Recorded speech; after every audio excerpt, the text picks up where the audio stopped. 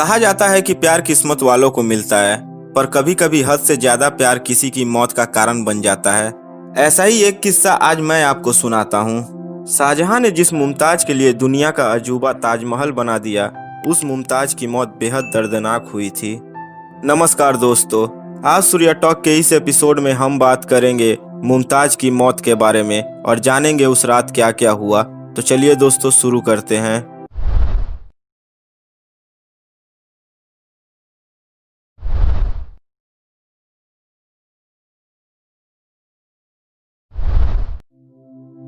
एक दिन शाहजहां मीरा बाजार में घूम रहे थे कि तभी उनकी नजर खड़ी एक लड़की पर पड़ी जो कुछ सिल्क का सामान बेच रही थी।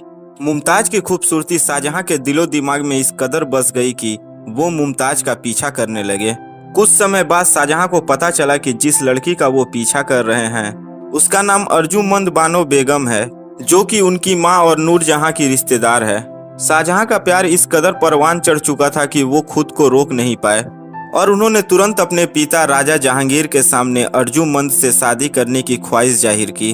बेटे के प्यार को जहांगीर नजरअंदाज नहीं कर पाए और उन्होंने इस शादी के लिए हाँ कह दिया। हालांकि मुमताज शाहजहां की चौथी पत्नी थी, लेकिन कहा जाता है कि उनके साथ शाहजहां का एक खास जुड़ाव था। शाहजहां और मुमताज के 13 बच्चे हो चुके थे और मुमताज अब 14वें बच्चे को जन्म देने वाली थी। 13 बच्चों को जन्म देने के कारण मुमताज शारीरिक रूप से बहुत कमजोर हो चुकी थी। जैसे प्रसव नजदीक आया उसी दौरान डेक्कन में खान जहां लोधी के विद्रोह को काबू करने के लिए शाहजहां को बुरहानपुर जाना था। उस समय मुमताज गर्भवती थी। शाहजहां मुमताज से बेहद प्यार करता था। वह मुमताज को छोड़कर दूर नहीं जाना चाहता था। मुमताज गर्भवती होने के बावजूद शाहजहां उसे आगरा से 787 किलोमीटर दूर बुरहानपुर ले गया। यहाँ सैनिक अभियान चल रहा था। लंबी यात्रा की वजह से मुमताज बेहद बुरी तरह थक गई थी और इसका असर उसके गर्भ पर भी पड़ा। मुमताज को अब दिक्कत होनी शुरू होने लगी।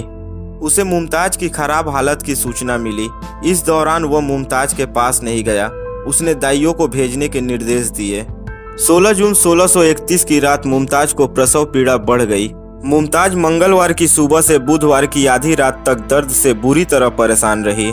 शाही हकीम वजीर खान उसके पास मौजूद था। वह पहले भी प्रसव के दौरान रह चुका था। 30 घंटे के लंबे दर्द के बाद मुमताज ने आधी रात को एक बेटी गौहर आरा को जन्म दिया, लेकिन मुमताज बेहाल थी। बच्ची की जन्म के बाद मुमताज बुरी तरह कांपने लगी और उसकी पिंडलियां ठंडी पड़ने लगी। दाइयां और हकीम मुमताज के शरीर से हो रहे अत्यधिक रक्तस्राव को नहीं रोक सके। वह तड़प रही थी। इधर शाहजहां ने अपने कमरे से कई संदेश वाहक भेजे, लेकिन कोई लौट कर नहीं आया। रात काफी हो चुकी थी। आधी रात से ज्यादा का वक्त हो चुका था। शाहजहां ने खुद हरम में जाने का फैसला किया। तभी उसके पास संदेश आया कि बेगम ठीक है, लेकिन काफी थकी हुई है।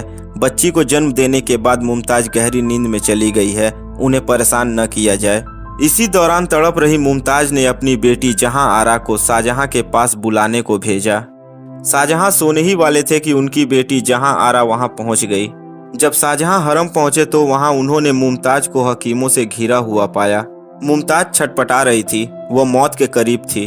बादशाह की आवाज सुनकर मुमताज अपनी आंखें खोली। मुमताज की आंखों में आंसू भरे हुए थे। शाहजहां मुमताज के सिर के पास बैठ गया। मुमताज ने आखिरी वक्त पर शाहजहां से 2 वादे लिए। पहला वादा शादी न करने को लेकर था, जबकि दूसरा वादा एक ऐसा मकबरा बनवाने का था जो अनोखा हो। इसके कुछ देर के बाद सुबह होने से थोड़ी देर पहले मुमताज के प्राण निकल गए। जब रानी की मौत हुई तो वह अपने 40वें साल में थी। उनके 14 बच्चे थे, जिनमें 8 लड़के और 6 लड़कियां थी। मुमताज की देखभाल करने वाली सती उन निसा ने उसके मृत शरीर को रुई के 5 कपड़ों में लपेट दिया। इस्लामिक हिदायतों के बावजूद उसकी मौत पर महिलाएं बुरी तरह रो रो कर शोक जताती रही। मुमताज की मौत से बादशाह ही नहीं, पूरा बुरहानपुर गमगीन हो गया था। किले की दीवारें औरतों के रोने की आवाज से भरभरा उठी। मुमताज के शव को ताप्ती नदी के किनारे जैना बाग में अस्थायी रूप से दफन कर दिया गया। मौत के 12 साल बाद शव को आगरा के निर्माणाधीन ताजमहल में दफन किया गया। 17 जून 1631 को अपनी 14वीं संतान गौहरा बेगम को जन्म देने के दौरान प्रसव पीड़ा से मुमताज की मौत हो गई थी। दोस्तों, यह जानकारी आपको कैसी लगी कमेंट बॉक्स में लिख कर हमें जरूर बताएं। और अगर यह वीडियो आपको अच्छी लगी हो तो वीडियो को लाइक करें, अपने दोस्तों के साथ शेयर करें और अगर आप सूर्या टॉक चैनल पे नए हैं तो चैनल को जरूर सब्सक्राइब करें। तो दोस्तों मिलते हैं अगली वीडियो में। जय हिंद, जय भारत।